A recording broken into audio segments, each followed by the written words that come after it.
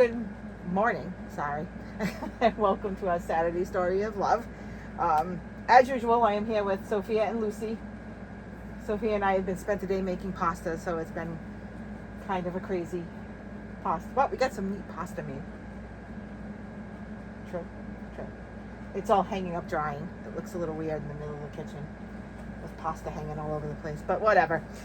So, we're going to do a story today called The Truth from the Berenstain Bears. If Sophia makes it for the whole story, because she's obviously been busy with her pasta making today. So we hope you enjoy our story, and then we'll talk about it after. You ready, Lucy? Lucy's ready. Lucy lost her voice earlier, so she's just kind of chilling out today. See? Her tonsils are a little red. All right.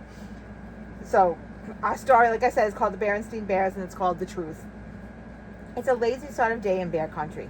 The air was so still that leaves on the big treehouse where the bear family lived were hardly rustling, except in the beehive where the bears were always busy. Nothing much seemed to be happening. It was the sort of day that sometimes led to mischief. Inside the treehouse, brother and sister bear was sitting around not doing anything in particular. Brother was holding a soccer ball. He'd become interested in soccer and had been outside practicing free kicks. Sister was relaxing in an easy chair thinking about what to do next. Neither Papa nor Mama Bear were around. Papa was in the shop working on some furniture, and Mama was out shopping. I know what, said Sister. Let's go gather some blackberries. Brother thought about it. Nah, wild blackberries have too many thorns, and besides, the seeds get stuck in your teeth. Well then, said Sister, let's go out and twist each other up on the swing and see who gets the dizziest. You used to love doing that when you were little. Brother thought about that. No, that's silly, and besides, we did that yesterday. Sister became irritated and impatient with her brother. My goodness, she complained. You don't want to do anything. All you want to do is sit there and hug the soccer ball. I think you must be in love with that thing.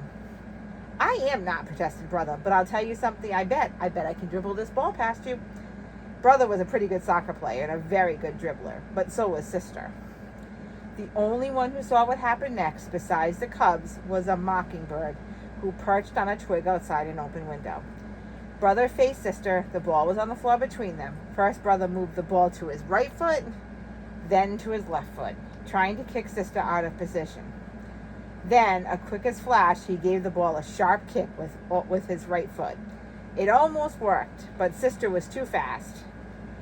She reached out with her knee and blocked the ball, which bounced against a bookshelf, against a chair, against a footstool, and onto Mama's favorite lamp, which fell to the floor with a crash. The mockingbird let out a screech and got out of there as fast as his wings could carry it. As it flew away, it saw Mama Bear returning from the marketplace. Now, the bear family had some house rules, just as any family does. One, no honey eating in bed. Another was no tracking mud on my clean floors. And another was no ball playing in the house. What to do? Brother looked at Sister. Sister looked at Brother. They both looked at the broken lamp, and they both listened in horror as Mama came up the front steps and onto the house. What would you have done? You better off saying it was Cat. All Brother had time to do before Mama came into the room was roll the ball behind Papa's chair. My lamp, said Mama. My best lamp. What happened? She asked, looking into the cubs' eyes. Tell me about it. The cubs looked into Mama's eyes, then at each other, and they began to tell one of the biggest whoppers that has ever been told in bear country. It was a bird, begins Brother. You would blame the dog. Cat, you blamed a bird. Yes, added Sister, a big purple bird with yellow feet. And green wingtips, added Brother. And a funny-looking red feather sticking out of its head, said Sister. And most lies do, the purple bird whopper got bigger and bigger and bigger. Yes, continued the cubs, and it flew in that window, zoomed around the house, and knocked over the lamp. Mama Bear was looking at the broken lamp with a sad expression on her face. Papa Bear came in from his shop. The cubs began to tell him the story of the big bird that flew in the window and broke the lamp. It was harder to tell the second time. For one thing, they couldn't quite remember how they told it the first time.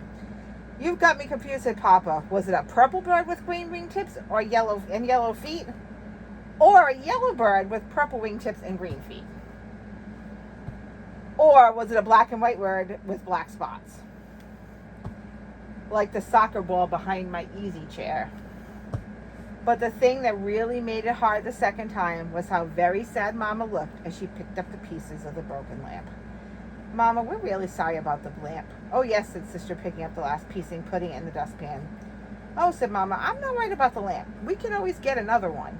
Or we can glue this one back together. What I'm sad about is the thought that maybe, just maybe, my cubs, whom I've always trusted, aren't telling me the truth. And the truth is not something you can put back together again.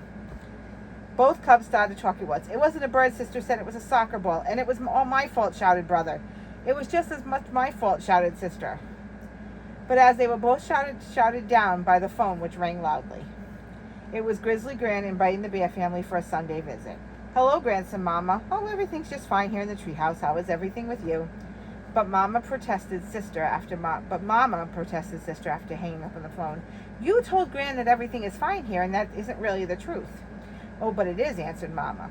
We've got two fine cubs who just learned a very important lesson about telling the truth, and what could be finer than that? Now let's help Papa glue that lamp back together. Nobody really expects the cubs to be perfect. From time to time, Brother and Sister Bear did forget the rules. Brother ate honey in bed a couple of times. Sister one time tracked a little mud on the clean floor. And once or twice, what are you doing? Once or twice, Brother and Sister started to play ball in the house, but they remembered not to. And they never again told a whopper. But because trust is one thing that you cannot put together once it's broken. Why'd they tell a whopper? What's a whopper? So that's what they used to say when somebody would lie, like it'd be a whopper, like it's a whopper is like a big thing, so it's like a whopper of a lie. So instead of telling a little lie. Is that why the Whopper burger is called a Whopper because it's big? Yes. Exactly. And the Whoppers that come in a little candy packet, those are not Whoppers. Those are small. But a Whopper is a really big lie that just gets out of control. Stan Berenstain. So what'd you think of the story? Would you have lied? I know, you were actually really reading it. Would you have lied if you broke something, or would you tell me the truth? You said earlier you blamed the dog, so now I know your secret. What about you, Lucy? You gonna lie? Or you gonna tell the truth? You gonna tell the truth? Good job. All right. Well, we hope you enjoyed our story, and we will see you in a couple of weeks. And hopefully Lucy will feel better and start talking next week. Thank you, everybody, for joining us, and have a great Saturday. Bye. Is Lucy gonna say that?